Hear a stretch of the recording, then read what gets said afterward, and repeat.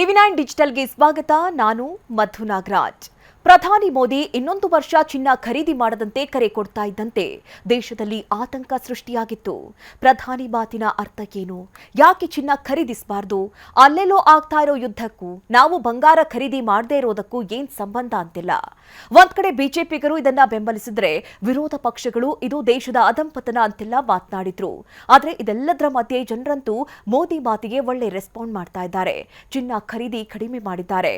ಆದ್ರೆ ದೇಶಕ್ಕೆ ಈ ಪರಿಸ್ಥಿತಿ ಇದೇ ಮೊದಲೇನಲ್ಲ. ಈ ಹಿಂದೆಯೂ ಇಂತಹ ಪರಿಸ್ಥಿತಿಗಳನ್ನ ದೇಶದ ಜನ ಫೇಸ್ ಮಾಡಿದ್ರು.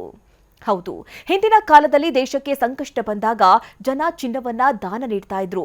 1962ರ ಭಾರತ ಚೀನಾ ಯುದ್ಧದ ವೇಳೆಯೂ ರಕ್ಷಣಾ ಇಲಾಖೆ ಮತ್ತು ಭಾರತೀಯ ಸೇನೆಗಾಗಿ ಬಂಗಾರ ದಾನ ನೀಡುವಂತೆ ಅಂದಿನ ಪ್ರಧಾನಿ ಜವಾಹರ್ಲಾಲ್ ನೆಹರು ಕರೆ ಕೊಟ್ಟಿದ್ರು. ಹೌದು, ದೇಶದ ಹಿತಾಸಕ್ತಿಗಾಗಿ ಮುಂದಿನ ವರ್ಷದವರೆಗೆ ಮದುವೆ ಸೇರಿ ಯಾವುದೇ ಸಮಾರಂಭಗಳಿದ್ರೂ ಚಿನ್ನ ಖರೀದಿಸಬೇಡಿ ಅಂತ ಪ್ರಧಾನಿ ಹೇಳಿರೋದು.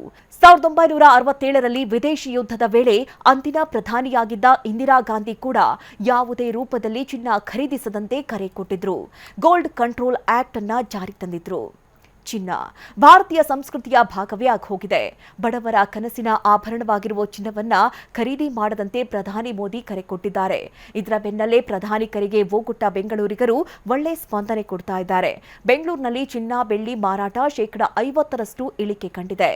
ಪ್ರಧಾನಿ ಮೋದಿ ಕರೆಗೂ ಮುನ್ನವೇ ಬಂಗಾರ ಖರೀದಿಯ ಪ್ರಮಾಣ ಕುಸಿತವಾಗಿತ್ತು. ಪ್ರತಿ ವರ್ಷ ಭಾರತದಲ್ಲಿ 700ರಿಂದ 800 ಟನ್ ಬಂಗಾರವನ್ನ ಆಮದು ಮಾಡಿಕೊಳ್ಳಲಾಗುತ್ತೆ. 2026ರ ಜನವರಿಯಿಂದ ಈವರೆಗೆ ಪ್ರತಿ ತಿಂಗಳ ಚಿನ್ನ ಖರೀದಿಸುವವರ ಸಂಖ್ಯೆ ಕುಸಿತಗೊಂಡಿದೆ.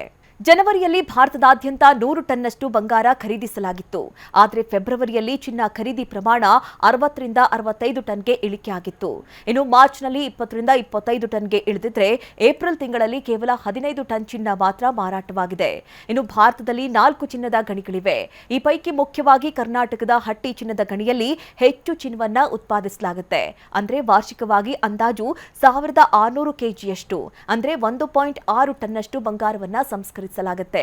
ಇನ್ನುಳಿದಂತೆ 85ರಿಂದ 90ರಷ್ಟು ಬಂಗಾರವನ್ನ ಬೇರೆ ದೇಶಗಳಿಂದ ಆಮದು ಮಾಡಿಕೊಳ್ಳಲಾಗುತ್ತೆ.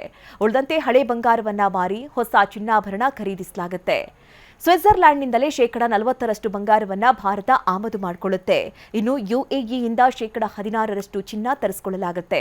ದಕ್ಷಿಣ ಆಫ್ರಿಕಾದಿಂದ 10% ಕಚ್ಚಾ ಬಂಗಾರ ತರಿಸಿ ಸಂಸ್ಕರಿಸಲಾಗುತ್ತೆ. ಪೆರು, ಆಸ್ಟ್ರೇಲಿಯಾದಿಂದಲೂ ಬಂಗಾರವನ್ನ ತರಿಸಿಕೊಳ್ಳಲಾಗುತ್ತೆ. ಜಗತ್ತಲ್ಲಿ ಚಿನ್ನಕ್ಕೆ ಅತಿ ಹೆಚ್ಚು ಬೇಡಿಕೆ ಇರುವ ದೇಶಗಳ ಪೈಕಿ ಭಾರತ 2ನೇ ಅತಿ ದೊಡ್ಡ ರಾಷ್ಟ್ರವಾಗಿದೆ. ವರ್ಲ್ಡ್ ಗೋಲ್ಡ್ ಕೌನ್ಸಿಲ್ ಪ್ರಕಾರ ಚೀನಾದಲ್ಲಿ 85 ಟನ್ನಷ್ಟು ಚಿನ್ನಕ್ಕೆ ಬೇಡಿಕೆ ಇದ್ರೆ ಭಾರತದಲ್ಲಿ 66 ton, America 13 ton, Saudi Arabia 13, Turkey 7, UAE 5 ton, Iran 5 ಟನ್ನಷ್ಟು ಬಂಗಾರಕ್ಕೆ ಬೇಡಿಕೆ ಇದೆ. ಪ್ರಧಾನಿ ಮೋದಿ ಕರೆಗೆ ಓಗೊಟ್ಟು 1 ವರ್ಷದ ಕಾಲ ಚಿನ್ನ ಖರೀದಿಸದೇ ಇದ್ರೆ ಭಾರತಕ್ಕೆ ಆರ್ಥಿಕ ಹೊರೆ ಕಡಿಮೆ ಆಗುತ್ತೆ. ಯಾಕೆಂದ್ರೆ ಚಿನ್ನ ಖರೀದಿಸಿದ್ರೆ ಹೆಚ್ಚು ವಿದೇಶಕ್ಕೆ ಪಾವತಿಯಾಗುತ್ತೆ.